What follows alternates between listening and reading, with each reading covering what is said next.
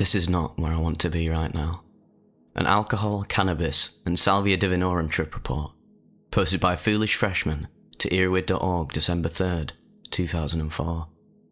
I'm writing this report to give a legitimate warning to anyone who might be interested in giving Salvia divinorum, a 12x extract, which was what I was told after the experience, a legitimate whirl. Before I continue, I would like to let all who read this know that I'm not a foolish person regarding the use of psychedelics. I'm currently pursuing an anthropology degree with emphasis on cultural religious practices, and I always exercise the utmost caution when practicing mind-altering substances of any kind. In the past, I've had experience of multiple different hallucinatory substances, amazing, and, of course, a small amount of dabbling in speedy powders, not quite my cup of tea. I'm writing about one particular Saturday night, when I was a freshman at my college. It was at this point I was somewhat naive in the realm of psychedelic conscious experience, and basically had no idea what Salvia, the nightmare leaf, as many call it around here, had in store for me. After getting myself quite drunk at an off-campus kegger and a trip to the bar, I found myself in the company of a small group of psychonauts in a very cramped dorm room on the edge of campus. As the booze began to run dry, and the very last of our cannabis was in the process of being smoked, we realised that our night seemed to be at an end. "Not to fear," said a friend of mine. I'll call him Igby. "I have 1.5 grams of 12x Salvia here. I reckon we should fire up the bong," he said. "What's Salvia?" I naively asked, being unfamiliar with the drug at this point in time. "Oh, it's a psychoactive drug. It'll make you see some funky shit," Igby replied, very sketchy on the details. As the alcohol had loosened me up quite a bit, I felt that I might give it a whirl, being out of beer and cannabis. Well, this was my first mistake, folks. Salvia is not to be trifled with. I tripped on a healthy 1/8 of mushrooms prior to this several times, and I'd never experienced anything negative, so all systems were go. Next thing I know, the 4-foot glass bong was in front of me, as I was being blessed with the opportunity to spark it. Being drunk, I torched the hell out of the bong. I waited for the chamber to turn an opaque milky white, and cleared the entire thing. I started to gag on the smoke, as my lungs literally reached maximum capacity. Wow, I was certainly in for it now.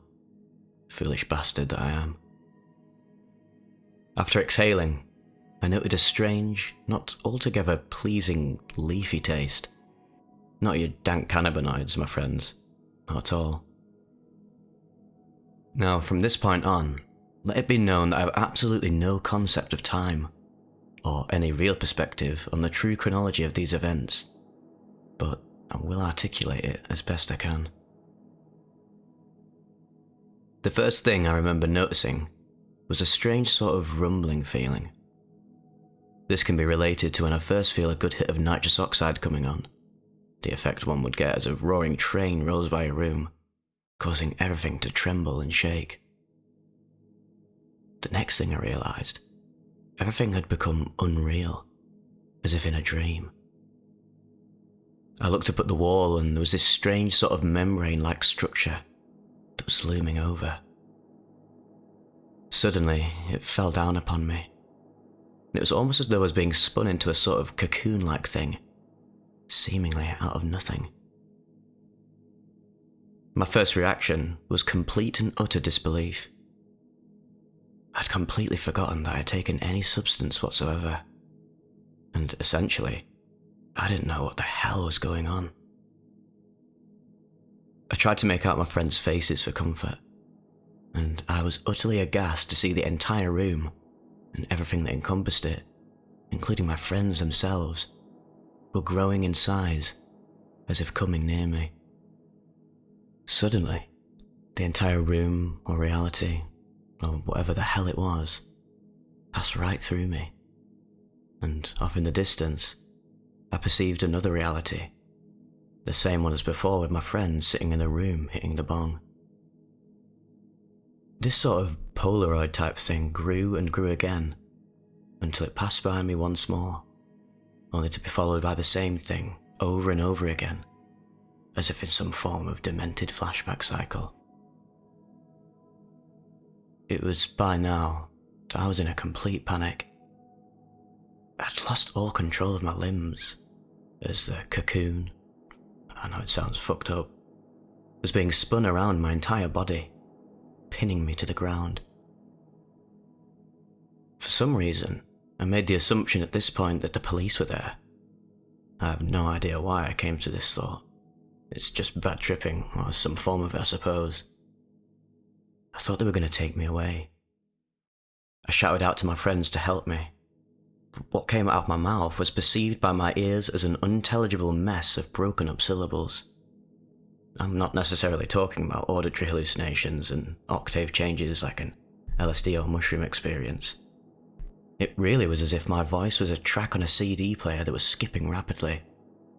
So rapidly, in fact, that I could not understand what I or anyone else in the room was saying.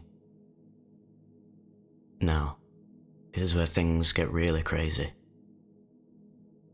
The room itself keeps passing by me faster and faster and faster, as the cycle or frame thing seems to be speeding up.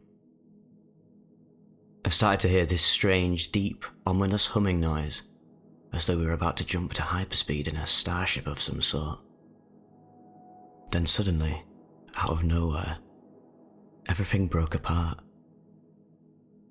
It was as though my mind could not handle what was going on in reality, and the cycle itself tore apart violently. Pretend everything in your field of vision is a Polaroid picture. Try and imagine it ripping off section by section, over and over again. This is what it was like. Underneath this all was the most complete and utter blackness that I have ever seen. I don't even feel as though I was seeing it, as much as simply being it.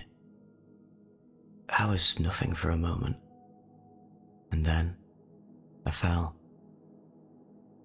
This here now is the most abstract, insane thing that I have ever experienced in my entire life. Once my reality tore open, the cocoon membrane thing suddenly ripped apart, and I felt like I was falling and twisting, turning violently into, well, something. Who the hell knows? I just distinctly remember falling violently, as if down a cliff, hitting every single boulder on the way down. As I hit the bottom, I honestly thought I had broken every bone in my body. I don't want to give the impression that I felt pain, because at that point, I really don't think I could have felt much of anything. It was more so that once I hit the bottom, my body was dead, and for the first time in my existence, there was nothing. There was simply this strange, abstract consciousness that wasn't necessarily me anymore. As I, or my new manifestation, whatever it was, I sat there, remembered seeing a blinding orb of light directly above me. It was fractalizing and turning and twisting. I thought it was my world, and that I had left it, and was never to be allowed back. There was no sadness, no pain, nothing. Just nothing. Never in my life have I ever felt so existential. And it was then, from all sides of the orb, that these cosmic beings, about 5 of them, all looked down at me in disbelief. At first, I thought they were aliens, and I had been taken to them. Then, I recognized the face of Igby, and all the others. It was as if I had just returned from the land of Oz. Although, that being said, Oz would have certainly been more appealing than wherever it was I had been. As I sat up, I was completely shaken, but very glad to be back. Apparently only 10 minutes had passed in real time, and according to Igby, I was laying down for the whole thing, mumbling gibberish to myself and not blinking at all. I'm not sure about the whole not blinking thing. But then again, who knows? I certainly don't. I'm not trying to make this experience out to be anything more than it is. It was mine, and that's why it's important to me. None of this is exaggerated. In fact, there's shitloads of other stuff I'm sure I neglected to mention. Anyways, for what it's worth, I've never done Salvia again. Because, well, I'm profoundly frightened that I will never come back from it. Be careful with this plant, and if you choose to take the definitive bong rip as I did, well, just... I don't even know. But just please, be in a padded room or something. Peace.